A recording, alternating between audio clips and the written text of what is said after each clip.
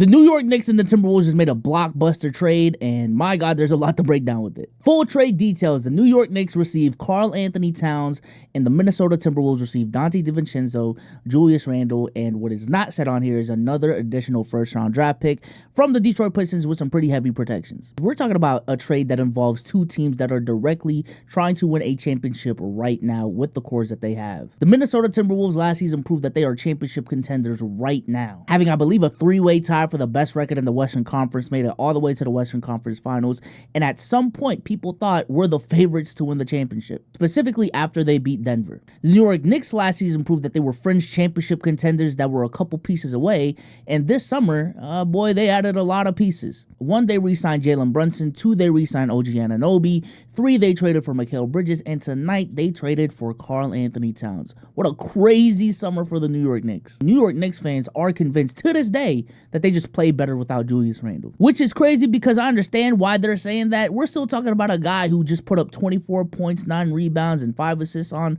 relatively good efficiency. But this is the guy that New York Knicks fans believe they are better without. And then you have Karl Anthony Towns, who in my opinion actually had one of the best seasons in his career just this past season. Now, there were already questions going into last season about how Rudy Gobert, Karl Anthony Towns, and Naz Reid were going to fit next to each other. And while for a majority of the season, if anything, they proved people wrong because of the success of the season that they had, that yes, these three can play on the same team together. By the end of the season, when it comes to a team that had championship aspirations, the big man rotation and how their big men performed inevitably ended up being their downfall. Rudy Gobert all summer has been criticized, especially by Shaquille O'Neal. And while I do believe the hate at this point is like way too crazy, I do still believe there's valid criticism when it comes to Rudy Gobert's game, specifically on the offensive end. And while I want to give Karl Anthony Towns for having arguably a career year and playing a pivotal part to them beating the Denver Nuggets, when it came down to that last series, he had some stinkers. In game 1, Karl Anthony Towns shot 6 of 20 from the field, 2 of 9 from 3. Then followed that up with a 4 of 16 shooting performance the very next game. And then followed that up shooting 5 of 18 from the field. And while he did have some bounce back games in the next 2 games, it was too little too late in a series where the first 3 games were pretty close. Dallas won by 3 in game 1, they won by 1 in game 2, and in game 3 they won by 9. You can make a valid argument that if Karl Anthony Towns just showed up, this series at the very least would have ended 4-1. And this is just also interesting to me because we're talking about 2 teams that have championship level aspirations, trading for 2 players that notoriously have been criticized for how they're performing in the playoffs. So that may be red flag number 1 for both teams right here. So let's start off talking about the Minnesota Timberwolves because they definitely got the most pieces. The main pieces that I really want to talk about is how Julius Randle and Donte DiVincenzo are going to fit onto this team. Now, thinking about the weaknesses of this team last season, defensively, they were arguably the best defense in the league. I don't think defense was a problem, and I don't think Julius Randle is a player that's going to hurt them defensively. However, offense was the biggest question for them. This is a team that inevitably lost because they just didn't have the offensive firepower to go further in the playoffs. They were asking Anthony Edwards to play way out of his role. Karl Anthony Towns, again, just wasn't ready for the moment. Rudy Gobert has always been limited offensively, and outside of that, you're asking who? Jaden McDaniels and Mike Conley to do a lot on offense, and Naz Reid coming off the bench.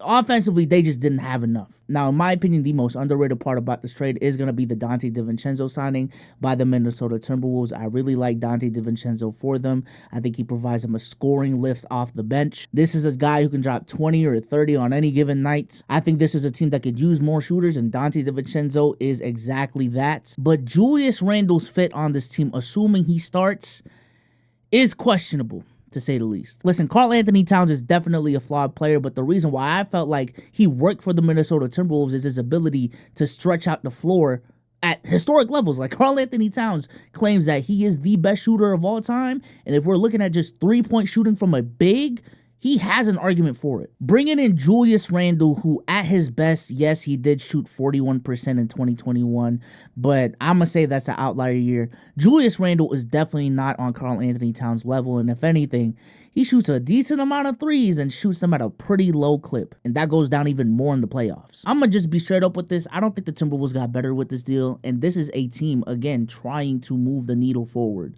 This is not a needle mover for them. However, friend of the show, Legend of Winning, had this to say about this trade as soon as it happened, and it makes more sense as to why they did it. I would much rather have him on the roster than Karl Anthony Towns, who not only in this upcoming season is a top 10 highest paid player in the NBA, making $49 million, but the year after that, 53, 57, and then 61, which is a player option that he is going to pick up on.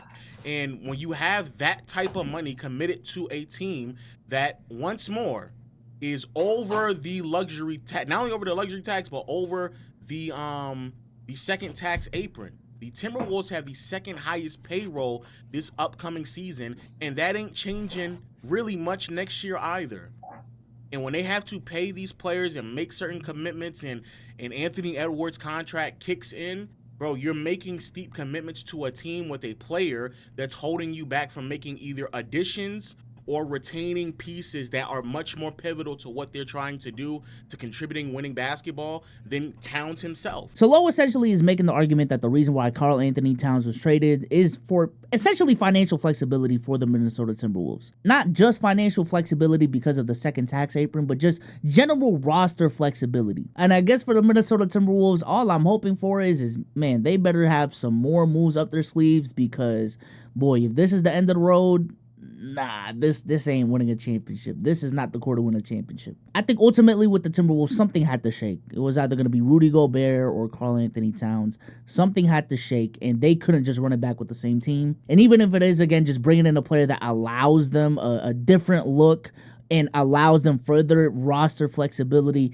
I do think that trade is worth it for the Minnesota Timberwolves. But in terms of winning a championship next season, yeah, no, I don't think they're going to be championship contenders. Sorry. Yeah, they're going to be competitive, but I do still think the Dallas Mavericks and the Oklahoma City Thunder are going to separate themselves from the pack. I just think they are. Now, arguably the more entertaining side of this deal is the New York Knicks acquiring Karl Anthony Towns. This is a team with players who have a podcast that have made it public that they are gunning for the Boston Celtics. My Boston Celtics. I think what Karl Anthony Towns adds to this team is much more lineup flexibility, which I do think is important. If you look at the biggest weaknesses for the New York Knicks in this upcoming season, I would say it's additional perimeter playmaking outside of Jalen Brunson and shooting from the big man position. And by bringing in Karl Anthony Towns, you got arguably the best three-point shooting big in the league. Arguably. You can run lineups that are really big with Karl Anthony Towns and Mitchell Robinson at the 4 and 5. You can run lineups with much better spacing where you put Cat at the 5 in the Porzingis type of role,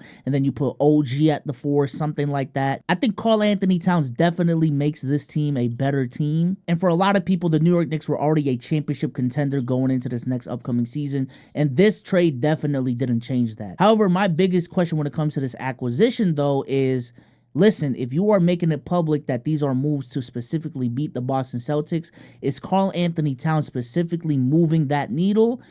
The answer is still no. I'm sorry. And if you want to call me biased, then call me biased. But I'm sorry. Karl Anthony Towns does not move me. And it shouldn't move the Celtics. I have maintained the belief throughout the regular season this past season and throughout the playoffs and moving forward that the biggest threat to the Boston Celtics are teams with dominant bigs and dominant inside presences. And while these teams aren't necessarily better than the New York Knicks, at least the way I have them projected, I do think matching up with the Boston Celtics, these teams match up better and pose better threats to the Celtics.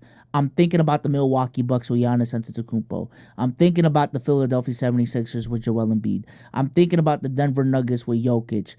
Even the Lakers, if they ever get to that point, with LeBron and AD. But when I'm looking at the New York Knicks, I do believe Karl Anthony Towns helps them in terms of adding a post presence. I gotta give the ball down low at times. That's much better than Julius Randle, at least in my opinion. At the end of the day, this team still relies a lot on Jalen Brunson's playmaking and the perimeter play of Jalen Brunson, Mikal Bridges, Josh Hart, OG Anunoby, and all of these dudes. And matching up with the Boston Celtics with all of their switchable wings that they have, yeah, no, I'm taking that matchup every single day. And defensively, if they roll out a lot of lineups with Jalen Brunson, Karl Anthony Towns, and Mitchell Robinson playing a lot of minutes, those are extremely flawed defensive players that the Boston Celtics can take advantage of one way or another. But all in all, I am still a really big fan of this trade for the New York Knicks because this is a team trying to gun for the championship, and they're not moving scary with this trade. And I've also never believed in the idea of constructing your team just to specifically beat one team, because depending on how the bracket plays out,